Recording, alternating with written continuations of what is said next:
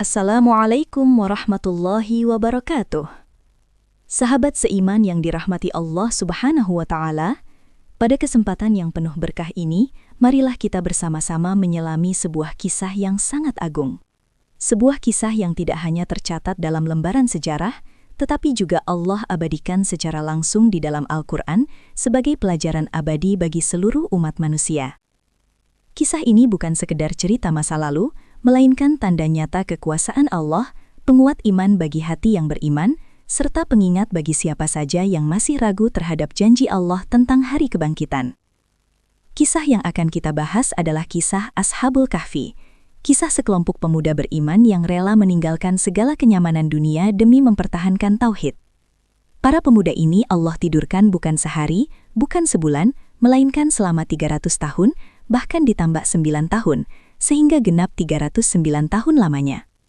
Sebuah peristiwa luar biasa yang menunjukkan bahwa waktu, kehidupan, dan kematian sepenuhnya berada dalam genggaman Allah Subhanahu wa Ta'ala.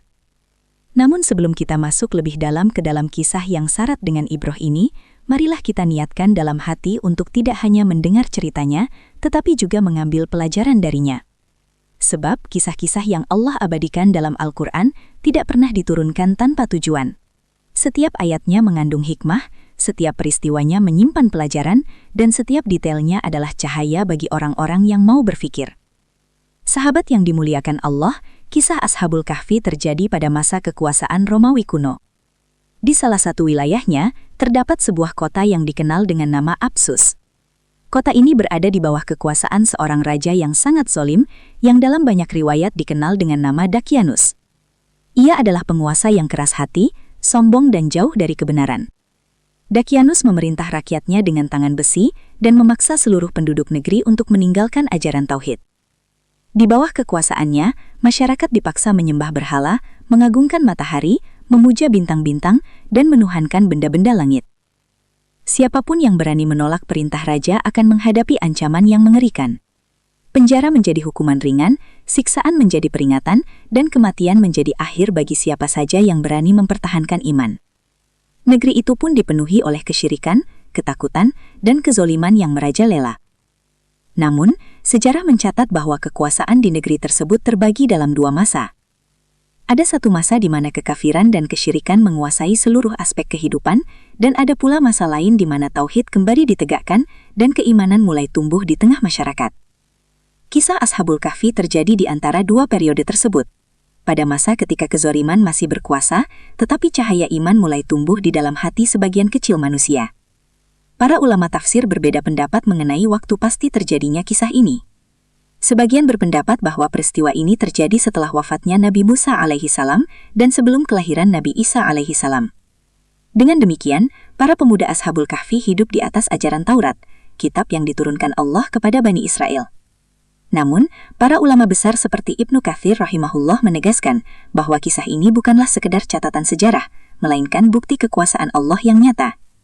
Oleh karena itu, detail seperti nama raja, lokasi pasti gua, atau tanggal kejadian bukanlah hal yang paling utama.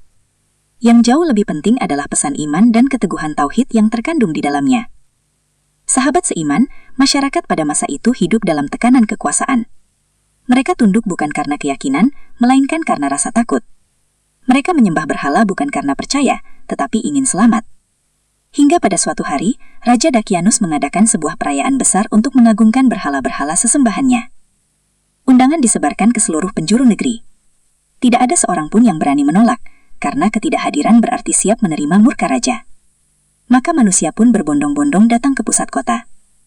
Genderang pesta ditabuh, dupa dibakar, patung-patung dihiasi, dan ritual syirik dilakukan secara besar-besaran.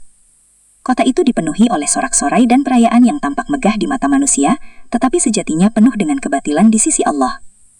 Namun di tengah keramaian itu, terdapat beberapa pemuda yang hatinya gelisah. Tubuh mereka hadir di perayaan, tetapi jiwa mereka menolak.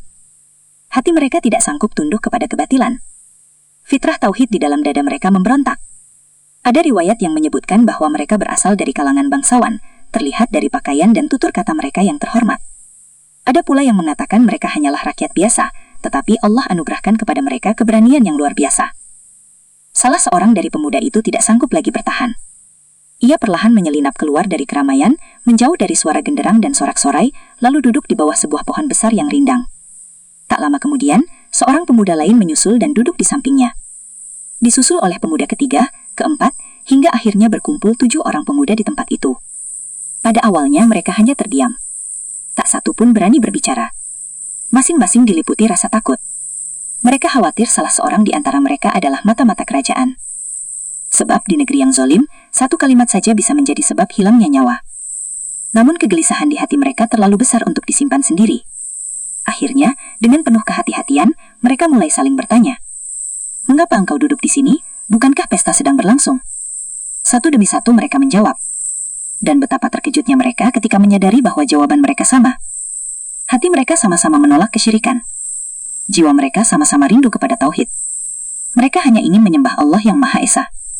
Saat itulah mereka merasakan nikmatnya persaudaraan iman. Di tengah lautan manusia yang tenggelam dalam kesyirikan, Allah mempertemukan hati-hati yang masih bersih. Sebagaimana firman Allah, bahwa tidak ada yang mampu mempersatukan hati manusia kecuali Allah sendiri. Seandainya seluruh harta dunia digunakan untuk menyatukan hati mereka, niscaya tidak akan berhasil. Namun, karena rahmat Allah, 7 pemuda ini dipertemukan dalam iman yang sama. Pada hari yang sama, di bawah pohon yang sama. Inilah awal mula kisah agung Ashabul Kahfi. Mereka mulai berbicara tentang nasib mereka, tentang bahaya yang mengancam iman, dan tentang jalan keluar dari kezaliman Raja Dakyanus. Allah pun mengabadikan keadaan mereka dalam Al-Quran. Mereka adalah pemuda-pemuda yang beriman kepada Tuhan mereka, dan kami tambahkan kepada mereka petunjuk. Dan kami teguhkan hati mereka ketika mereka berdiri, lalu berkata, Tuhan kami adalah Tuhan langit dan bumi. Kami tidak akan menyeru Tuhan selain Dia. Quran Surat Al-Kahfi ayat 13-14. Ketika perayaan penyembahan berhala berakhir, kabar segera menyebar bahwa ada sekelompok pemuda yang tidak hadir. Mereka tidak ikut sujud kepada patung, tidak ikut serta dalam ritual syirik. Kabar itu sampai ke telinga Raja Dakyanus. Sang raja pun murka.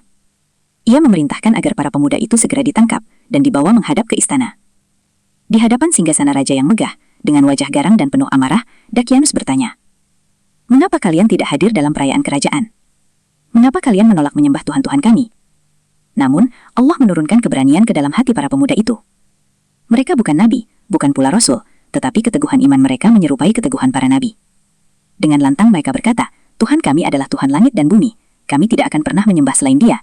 Jika kami melakukannya, sungguh itu adalah kebohongan yang besar. Kaum kami menjadikan berhala sebagai Tuhan tanpa bukti apapun.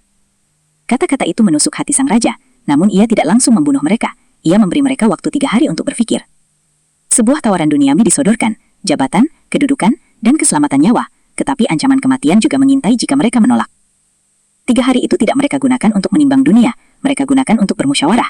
Mereka sadar, tinggal di negeri ini hanya akan membahayakan iman, maka mereka sepakat untuk hijrah, meninggalkan kota, meninggalkan keluarga, dan mencari perlindungan di sebuah gua.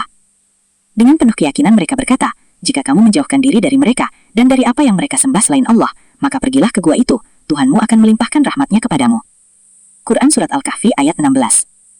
Mereka pun melarikan diri, berjalan jauh menembus hutan dan mendaki pegunungan. Seekor anjing setia mengikuti mereka. Dalam sebagian riwayat, anjing itu bernama Kitmir. Ia berbaring di pintu gua, seolah menjaga mereka. Di dalam gua yang gelap, mereka menengadahkan tangan dan berdoa, Ya Rabb kami, limpahkanlah rahmatmu kepada kami, dan berilah kami petunjuk dalam urusan kami. Quran Surat Al-Kahfi ayat 10. Allah pun mengabulkan doa itu. Rasa kantuk yang amat dalam menyelimuti mereka. Allah menidurkan mereka selama ratusan tahun. Allah menjaga tubuh mereka, membolak-balikan jasad mereka, mengatur cahaya matahari, dan menutupi telinga mereka. Allah berfirman, dan mereka tinggal dalam gua mereka selama 300 tahun, dan ditambah 9 tahun. Quran Surat Al-Kahfi ayat 25. Setelah berabad-abad Allah membangunkan mereka. Mereka bangun seakan hanya tidur semalam. Mereka tidak tahu bahwa dunia telah berubah. Seorang diutus ke kota membawa uang perak, namun kota itu sudah berbeda. Uang itu pun dianggap kuno. Akhirnya terungkaplah bahwa mereka adalah pemuda dari masa lampau. Raja yang berkuasa sekarang adalah raja yang beriman. Peristiwa ini menjadi bukti nyata bahwa janji Allah itu benar dan hari kebangkitan tidak diragukan. Allah berfirman, dan demikianlah kami pertemukan mereka dengan manusia agar mereka mengetahui bahwa janji Allah itu benar. Quran Surat Al-Kahfi ayat 21. Inilah hikmah besar kisah Ashabul Kahfi, bahwa iman harus diperjuangkan, bahwa Allah menjaga hambanya, bahwa hari kebangkitan adalah kepastian. Wallahu a'lam bishawab. Semoga kisah ini menjadi cahaya bagi hati kita.